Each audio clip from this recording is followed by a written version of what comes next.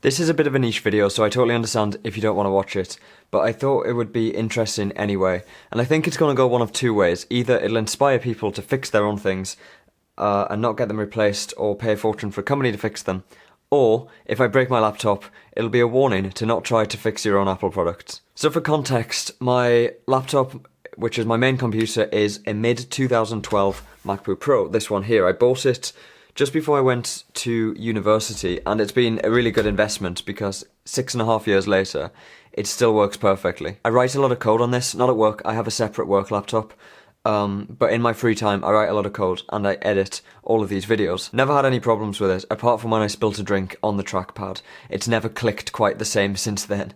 Otherwise, it's been fine. However, must have been about a year ago, one of the fans started rattling a little bit when it was spinning. I ignored it for a long time because it didn't seem to cause any problems and it was really quiet, it didn't bother me. But in the last few months, it's got a lot worse. It rattles really loudly now. So I took it into an Apple store. I had an appointment, I took it in, they did some diagnostic checks on it, which said everything was fine. There were no problems as far as the laptop is concerned, like the fan spins properly, it spins the right speed, the airflow is fine, the temperatures of everything inside are fine. So the fan works, it just rattles a little bit. But the genius in the Apple store tried to tell me that it was probably a software problem. Now I don't mean to sound condescending, but anyone with a vague idea of how computers work should understand that a rattling fan is not a software problem. It is possible that a firmware issue could mean the fan doesn't function correctly if it didn't spin properly, it didn't spin at the right speed. But that's not the case. And the worst part was, he didn't even suggest it was like a low-level operating system firmware type problem. He suggested it could be a problem with a third-party app. He asked me what I did on the laptop, and I said I edited videos a lot.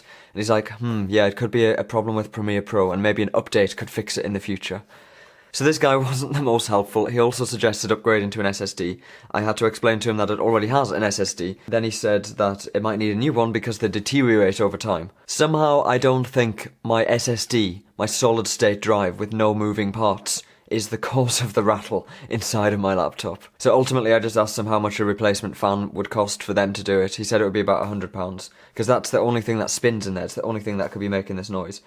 I've tried cleaning it a lot of times, it hasn't made any difference. £100 was quite expensive, so I came home, I ordered a replacement fan from iFixit, and I'm going to try to do it myself.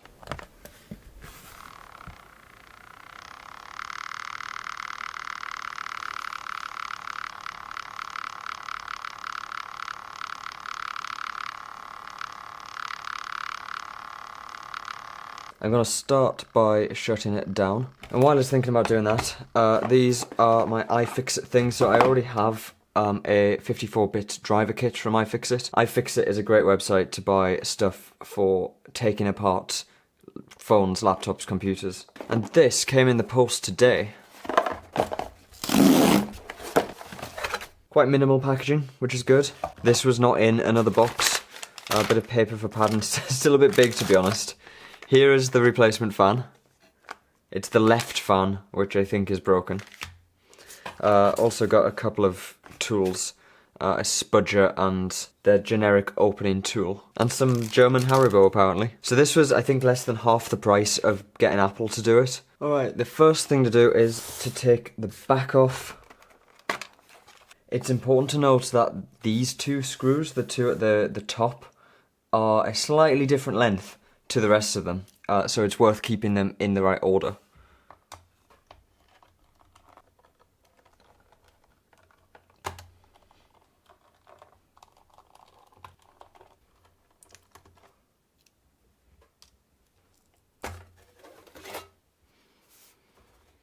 Alright, there's the inside. This one is the problematic fan, and that's what I should be able to replace with the new one. It would probably be worth having some kind of anti-static wristband, but I don't have one.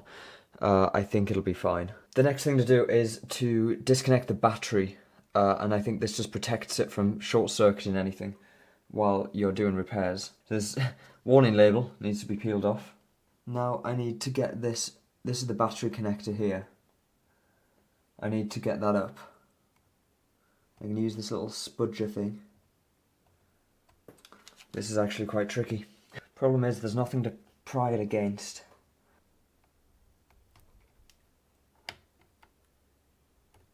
Okay, that battery connector has come off.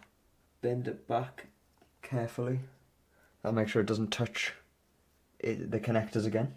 Right, let's turn it around so I can get to the fan. So there's a little rubber cover here, which I think is glued down. Everything's glued in here. I can just pull it off. There are now 3 screws to remove. There's one here. These, of course, use a different head to the case on the back. And there's another one here.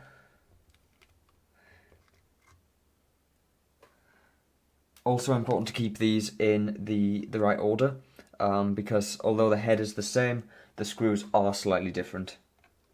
And there's a final one at this corner as well. So there's a little flap here apparently. Not quite sure what moves here.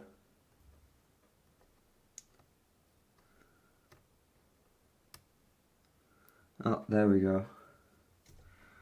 So there's a tiny little bit just at the top which flaps up. I then need to lift this thing up. So I'm not sure what this black bit is on top of the cable, but the cable runs underneath. The flap will free it up there. You can see the fan can start to lift out now, but I need to just undo the glue that is on this cable.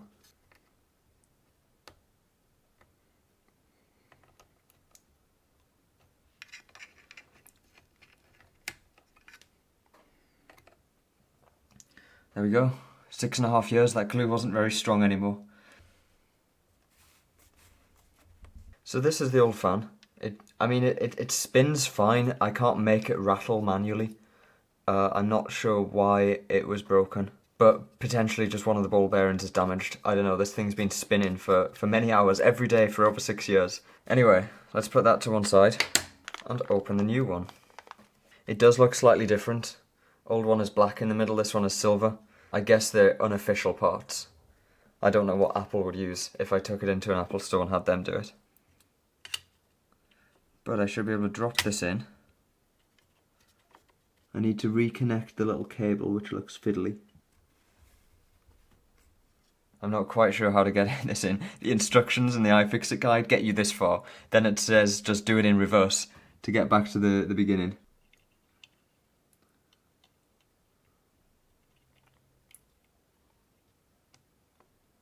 There we go. Snap the little cover shut.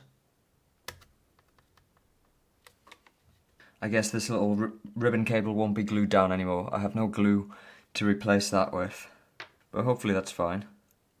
I'm just going to put the 3 screws back into the fan. So there's one in the bottom corner, there's one in this corner, and the third one up here. Is that incorrectly? I'm not really sure, to be honest. This thing is still slightly sticky, so that can just be pressed back down. The screws were quite tight when I took them out, so I'll just make sure they're as tight as I can get them without breaking anything. Alright, hopefully that's in. Just need to plug the battery back in. Hopefully that can just snap back on. Yep, nice and easy. Press it down and put the warning label back over the top. Everything has lost its stickiness inside here. This is probably harder if you do it to a new laptop. Okay, wasn't much to that. Let's put the cover back on and see what happens when I turn it on. Okay, the moment of truth. I've put the screws back in, hoping that 1, the fan will spin, 2, it'll spin quietly.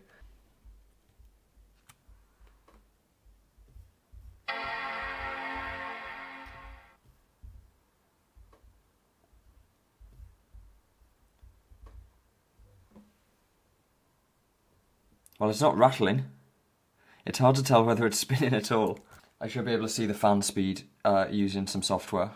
Yep, left fan is apparently spinning at 2,154 RPM, and it is completely silent. This is quieter than it's been for years. Well, that's the perfect outcome. I'm very glad that I did this repair myself.